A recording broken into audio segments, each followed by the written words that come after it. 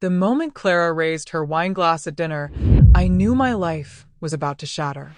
"Mom," she said, voice dripping with that too sweet tone that always preceded cruelty, "I've been meaning to tell you something important." The dining room fell silent. Her friends from the real estate firm stopped mid-chew. Miles, her husband, shifted in his seat with that smirk I'd learned to hate. Even the teenagers glanced up from their phones. My fork hovered over the apple pie I'd spent all afternoon baking, the one nobody had complimented. "What is it, dear?" I asked, though something cold was already crawling at my spine. She smiled. Not the warm smile from her childhood, but the practiced one she used to close deals. "This house," she gestured around the room with her glass, "well, it's not technically yours anymore." The words hit me like a physical blow. My chest tightened. The room tilted slightly. "I don't understand," I whispered. Clara sighed, rolling her eyes as if I were a slow child who couldn't grasp basic math. "Remember that paperwork I had you sign last month? The documents I said were for tax simplification." My blood turned to ice. "Yes," I said slowly, barely recognizing my own voice. "Well," she exchanged a quick glance with Miles before turning back to me. "It was actually a property transfer. Everything's under my name now. Legally, this house belongs to me." Hi viewers, kindly tell us where you're watching from and what time it is. Warm welcome to the family. Enjoy the story. The sound of my own heartbeat drowned out everything else. My hands started trembling. 78 years of life, and I'd never felt so small, so stupid, so utterly betrayed. You took my house?" The question came out broken. Her expression hardened, lips pressed into a thin line. "Mom, let's be honest. You weren't managing things properly. The taxes, the maintenance bills, it was getting messy. This way is just easier for everyone. You'll still live here, obviously.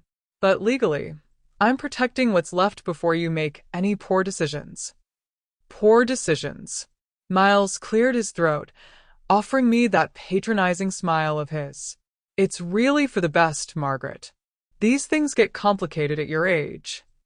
At your age. Those 3 words cut deeper than any knife. I was suddenly invisible, disposable, too old to be trusted with my own life. Around the table, her friends studied their plates. Nobody met my eyes. The teenagers had already gone back to their phones, bored with adult drama. Clara raised her glass higher. "So, let's toast to keeping things in the family, where they belong." Glasses clinked. Laughter bubbled up. Conversations resumed as if my entire world hadn't just collapsed. I sat frozen, watching the daughter I'd raised, fed, clothed, loved, sacrificed for, celebrate stealing everything I owned. The apple pie sat untouched on my plate, suddenly tasting like ash. I didn't speak another word for the rest of dinner.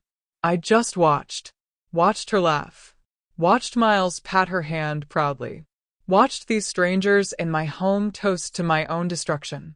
When dessert ended, I quietly excused myself. Nobody noticed.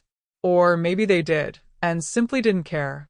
I walked down the hallway toward the dark living room, my legs feeling like they might give out any second.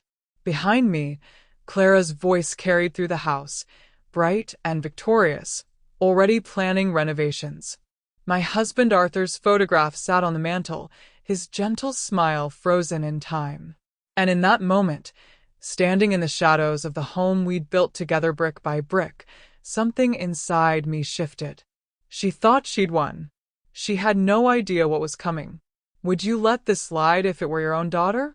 Hit like if you'd stand up for yourself, and make sure you're subscribed to see what Margaret does next. I wasn't always this fragile-looking woman people pitted at the grocery store. There was a time when Margaret Holloway stood tall, when my laughter filled rooms instead of fading into corners. When this house on Maple Ridge was more than walls and windows, it was love made solid. Arthur built it with his own hands. Every beam, every doorframe, every crooked shelf in the kitchen that never quite sat level. He was a carpenter, my Arthur. Quiet as morning fog, but strong. The kind of man who showed love through action, not words. We were never rich. Hell, some months we barely scraped by. But we had something money couldn't buy. We had each other, and we had home. Clara was born in the upstairs bedroom on a stormy October night. I remember Arthur pacing the hallway, his calloused hands wringing together, terrified and proud all at once.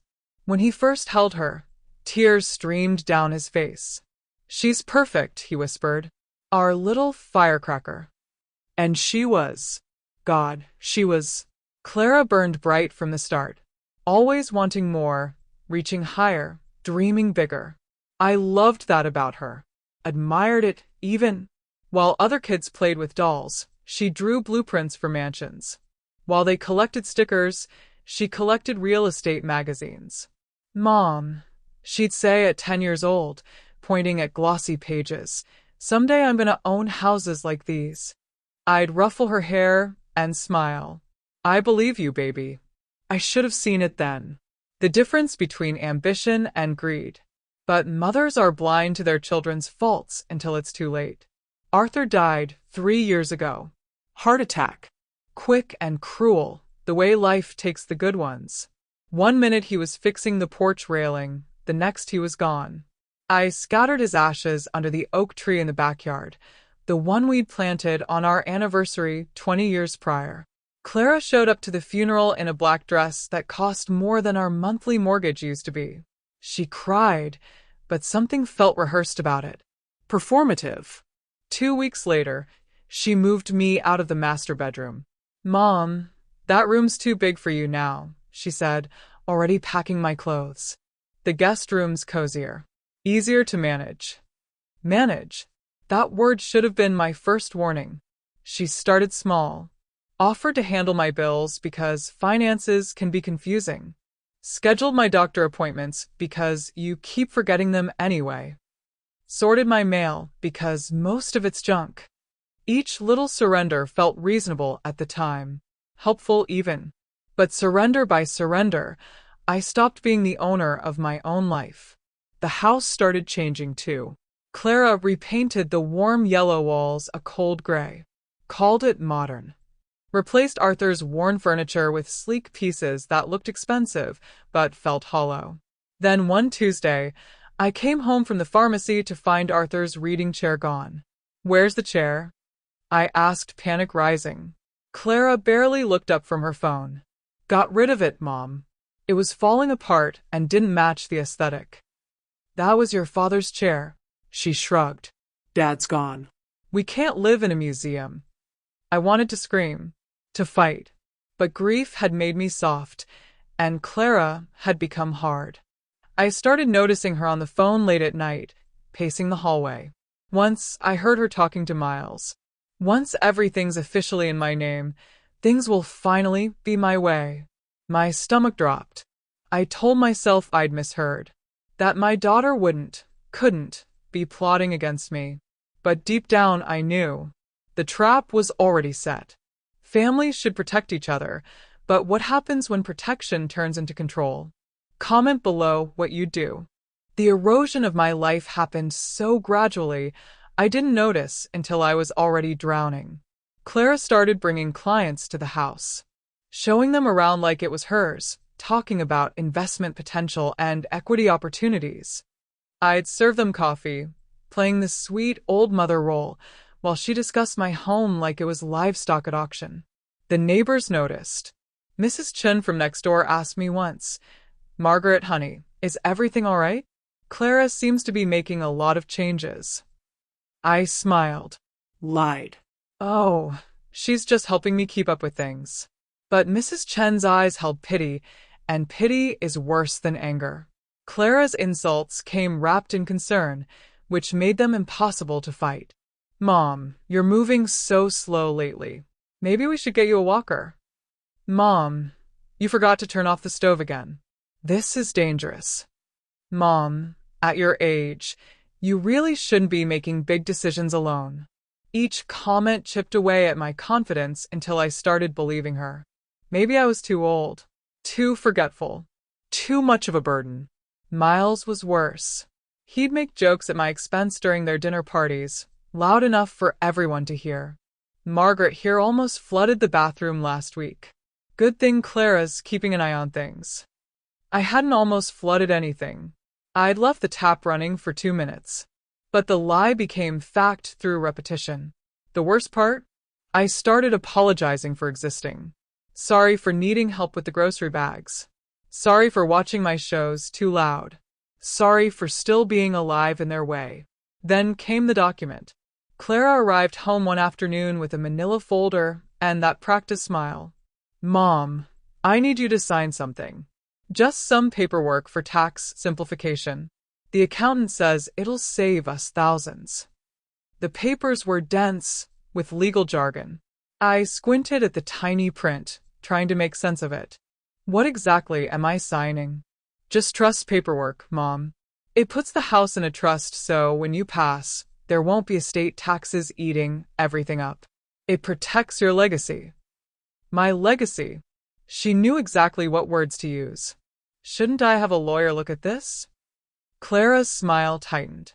Mom, lawyers cost money we don't need to spend. I've already had it reviewed. You don't trust me? And there it was. The trap disguised as love. If I questioned her, I was the bad guy. The paranoid old woman who didn't trust her own daughter. My hand trembled as I picked up the pen. Arthur's voice echoed in my memory. Always read what you sign, Maggie. Always. But Clara was my daughter. My blood. The baby I'd nursed and raised and loved beyond measure. Surely she wouldn't hurt me.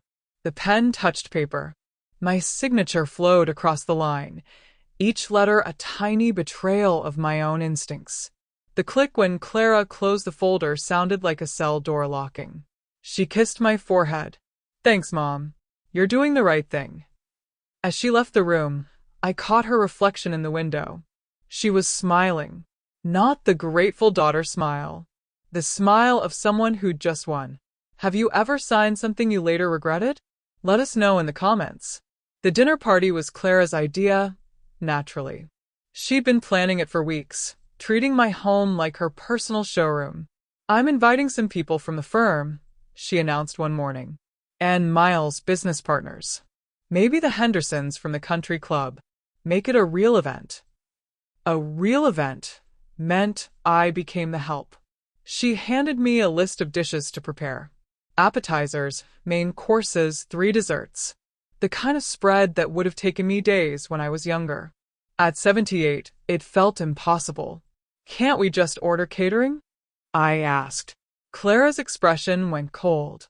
Mom, you're living here rent-free. The least you can do is cook. Rent-free. In my own house.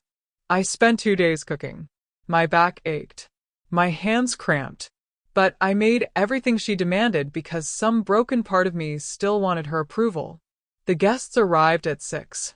Clara greeted them in a designer dress, playing hostess like she'd been born to it. Miles stood beside her in an expensive suit, both of them glowing with success that wasn't entirely their own. I brought out the appetizers. Nobody said thank you. I refilled drinks. Nobody noticed. I was a ghost haunting my own home. The Hendersons were there, a couple in their 50s who owned half the commercial properties downtown. Clara laughed too loud at their jokes, touching Mrs. Henderson's arm like they were old friends. You have such a beautiful home, Clara, Mrs. Henderson said, looking around admiringly. Clara beamed. Thank you. It's taken a lot of work to get it to this point. You should have seen it before, so outdated. Before. When Arthur was alive. When it was actually beautiful. I retreated to the kitchen, gripping the counter. Breathe, Margaret. Just breathe. When I returned with the main course, the conversation had shifted to real estate. The market's insane right now, Miles said, cutting into his steak. Properties are selling for twice what they're worth. This place alone, Clara gestured around, could probably fetch $600,000 in the current market. My stomach twisted. She was appraising my home at my own dinner table. One of Clara's colleagues, a young woman named Tiffany, leaned forward. Are you thinking of selling? Clara glanced at me, and something flickered in her eyes. Something calculated. Not yet, she said carefully. But eventually, once certain transitions are complete. Transitions. I was the transition. The teenagers sat at the far end, bored and glued to their phones. Clara's son, my grandson, hadn't looked at me once all evening.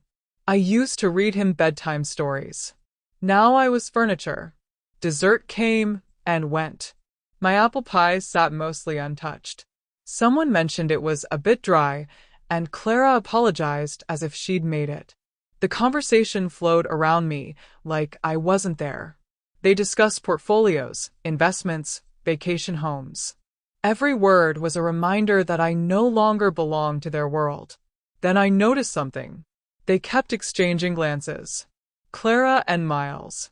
Miles and the Hendersons. Clara and Tiffany.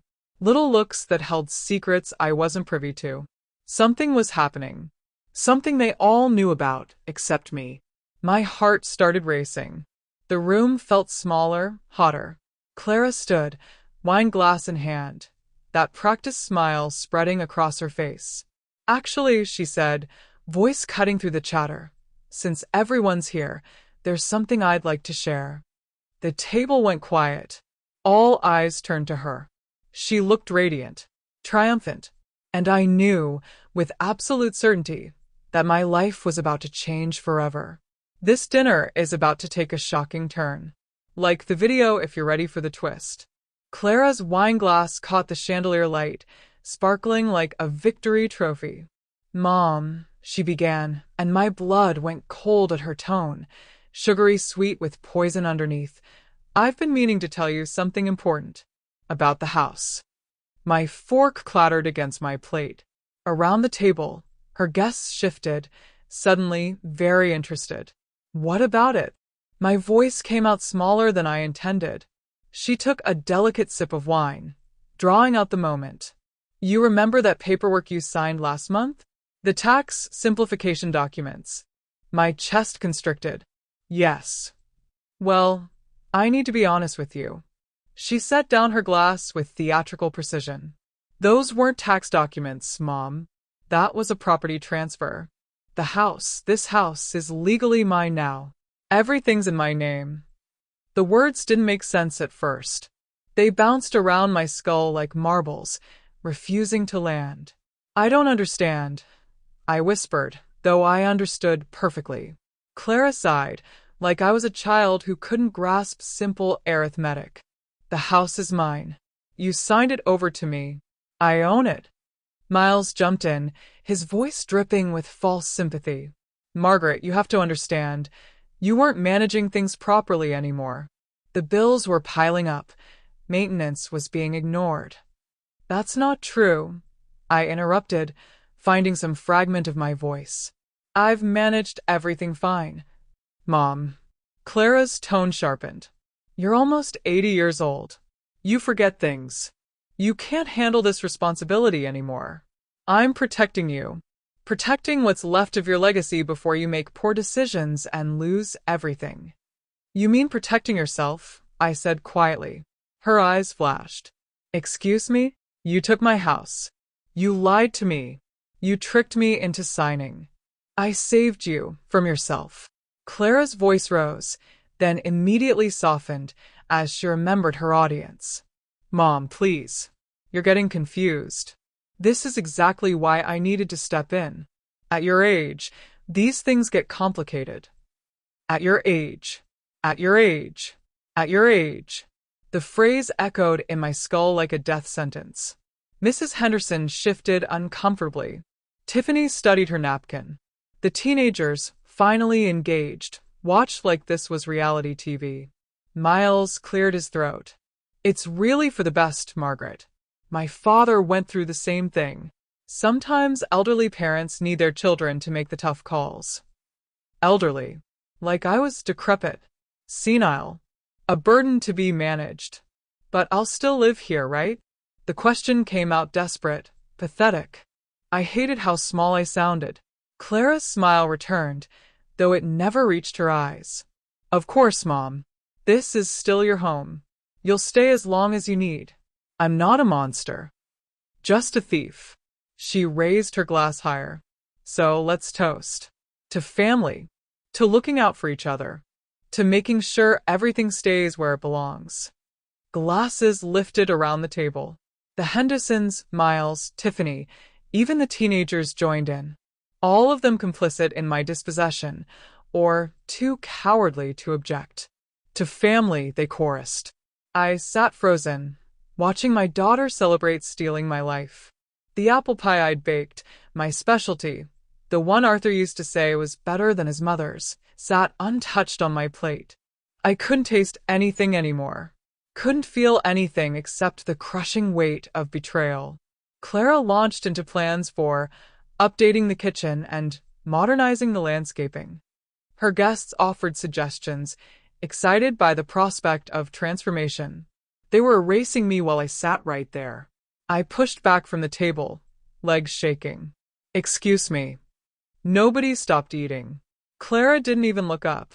I walked toward the living room on autopilot, my vision blurring. Behind me, laughter erupted over something Miles said. The sound of them enjoying dessert, enjoying themselves, enjoying their victory. Arthur's photograph watched me from the mantel, his gentle eyes frozen in time. The man who'd built this house with his bare hands. The man who'd promised me we'd grow old here together. I failed you, I whispered to his picture. I let her take everything. But as I stood there in the darkness, something shifted inside me. Something cold and sharp and furious. Clara thought she'd won. Thought I was too old, too weak, too broken to fight back. She had no idea who she was dealing with. Because I remembered something. Something Arthur had told me years ago, in his quiet, careful way. Always keep a second copy, Maggie. Paper trails protect the honest. And I had. What would you have said if this happened to you at the dinner table? Share your thoughts below. The house was silent by midnight. Clara and Miles had retreated to the master bedroom, my bedroom, while their guests stumbled out to their expensive cars, drunk on wine and complicity. I sat in the dark living room, Arthur's photograph cradled in my lap.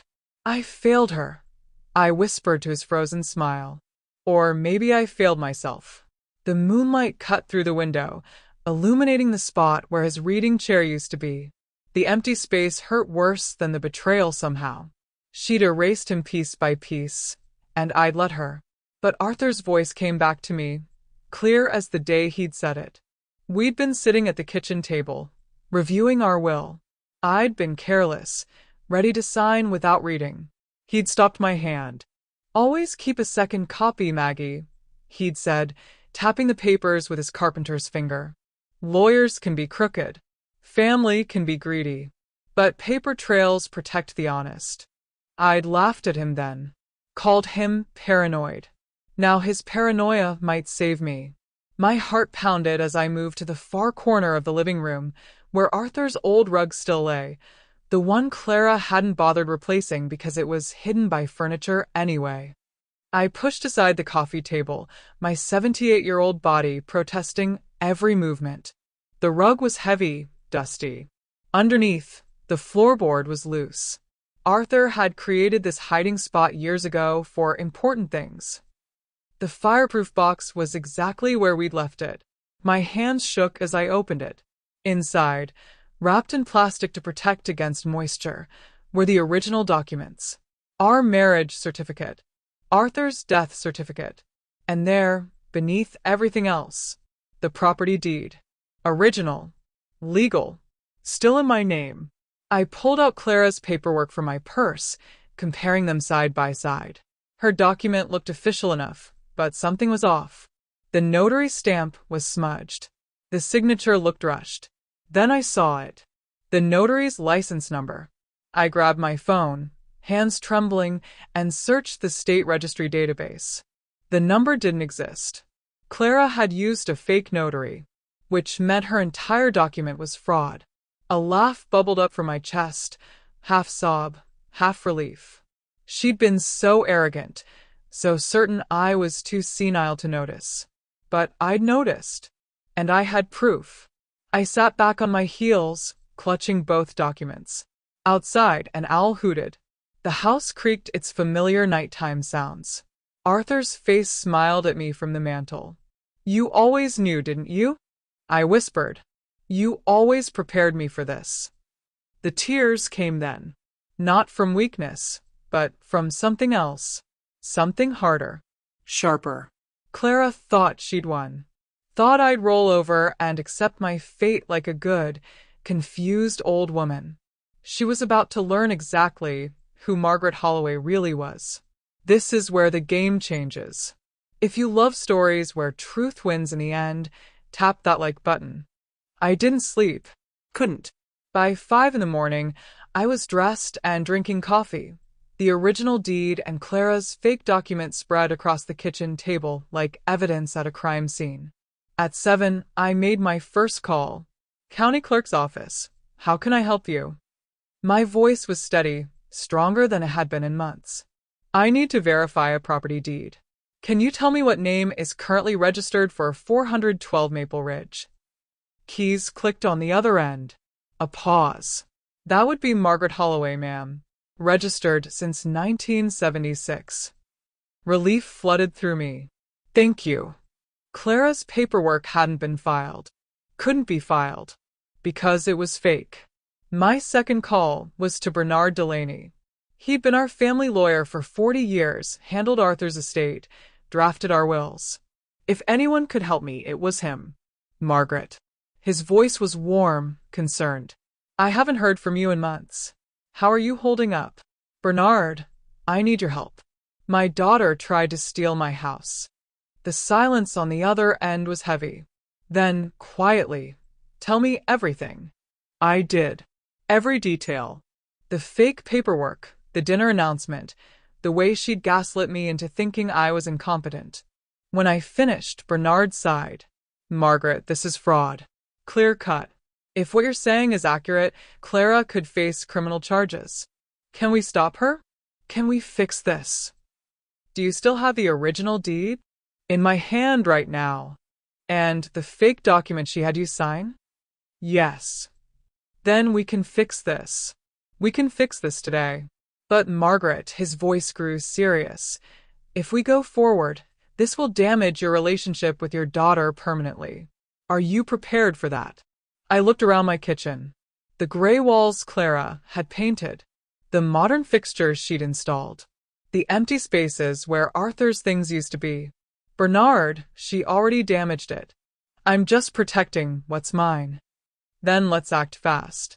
Can you get to my office by 9? I'll be there. Clara and Miles left the house at 8:30, headed for brunch with the Hendersons. Clara didn't even look at me as she left, just called over her shoulder. We'll be back this afternoon. Try not to make a mess. The moment their car disappeared down the street, I grabbed my purse. Mrs. Chun was watering her garden when I emerged. She looked up, startled to see me leaving alone. Margaret? Are you all right? I smiled. A real smile. Maybe the first in months. I will be, Helen. I will be.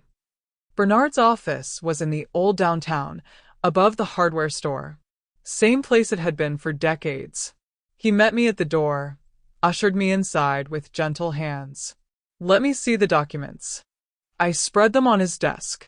He examined both with reading glasses perched on his nose, making small humming sounds. Finally, he looked up. Margaret, this is even worse than you described. The notary seal is completely fabricated. The legal language is copied from online templates. And look here, he pointed at a paragraph. She didn't even get the property description right. This document wouldn't hold up in traffic court, let alone a real estate transaction. So, what do? We file a police report. We get this on record immediately. And we make sure Clara can never try this again. He paused. I'll also need statements from witnesses. Anyone who saw her pressuring you, treating you poorly. I thought of Mrs. Chen's pitying looks. Of the neighbors who'd watched Clara slowly take over. I can get those.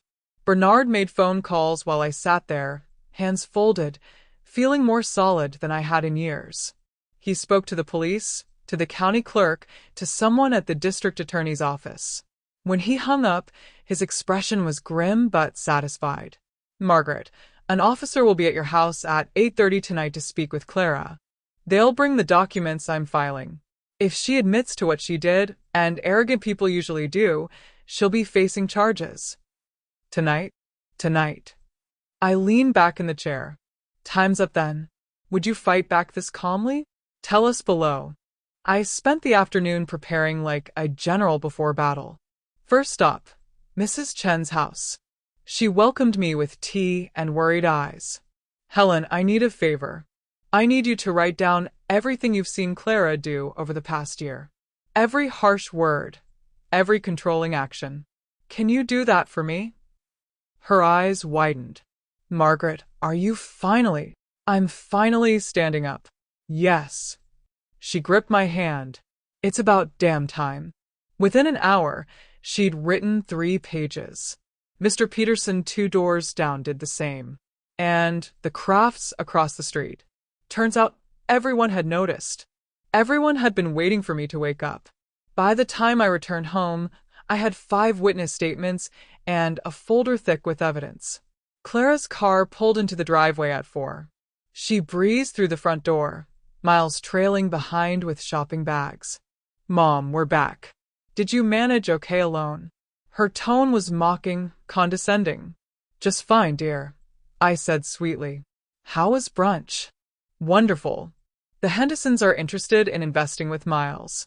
Things are really coming together for us. She glanced around the living room. You know, I'm thinking we should knock out this wall. Open up the space. Make it more modern. She was already remodeling in her mind, already erasing what was left. Miles dumped the shopping bags on the couch. Should we order dinner? I'm not in the mood to cook. Actually, Clara said, settling into the new sofa she'd bought last month. Mom should cook. It's not like she has anything else to do. I looked at her, really looked at her. At the designer clothes, the expensive haircut, the manicured nails. At the stranger wearing my daughter's face. Of course, I said quietly. I'll make dinner. In the kitchen, I prepared a simple meal. Roast chicken, vegetables, Arthur's favorite sides.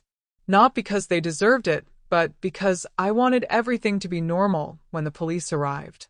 We ate at 6:30. Clara dominated the conversation, talking about her plans for the property, as she now called my home.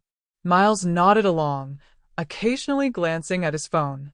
I said nothing, just watched the clock. 7 o'clock, 7:15, 7:30. Mom, you're being weird, Clara said, studying me across the table. What's wrong with you? Nothing, dear. Just thinking. Well, stop thinking so loud. It's creepy. 8 o'clock. The sun was setting, painting the kitchen in orange light. The same light that had illuminated 1,000 family dinners, back when we were actually a family. 8:15. I excused myself, went to the living room. Arthur's photograph sat on the mantel, and I straightened it, whispering, almost time. 8:25. My heart pounded. Any moment now. 8:30 exactly, the knock came. Firm. Official. Unmistakable. Miles was closest to the door. He opened it, and his smug expression drained instantly. 2 police officers stood on my porch, badges gleaming in the porch light. Is Mrs. Clara Reeves here? Clara appeared in the hallway, confusion flickering across her face. Yes? What's this about? Mrs. Reeves, we need to speak with you about a property fraud investigation. The color left her face. What? There must be some mistake. Ma'am, we have documentation that you coerced your elderly mother into signing fraudulent property transfer documents using a fake notary seal. That's elder abuse, fraud, and falsification of legal documents. Clara's eyes found mine across the hallway. In that moment, I saw her realize everything. Saw the calculation, the panic, the dawning horror. Mom, she whispered. What did you do? I stepped forward, standing straighter than I had in years. What you should have expected. I protected what's mine. Something big is about to happen. Hit subscribe so you don't miss the justice that's coming. The lead officer, a woman in her 40s with sharp eyes, stepped inside. Mrs. Reeves, I'm Officer Denise Martinez. This is Officer Chen. We're going to need you to answer some questions. Clara's face cycled through emotions: shock, rage, disbelief, fear. She looked at Miles, who'd gone pale and silent. This is insane, Clara said, voice rising. That's my mother. She's confused. She doesn't understand what's happening. Ma'am, we have the original property deed in Mrs. Holloway's name, along with the fraudulent document you created. We've also verified that the notary seal on your paperwork is fake. The license number doesn't exist in state records.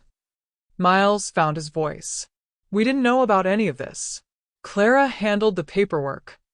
Your signature is on the document too, Mr. Reeves, Officer Chen said, consulting his notes.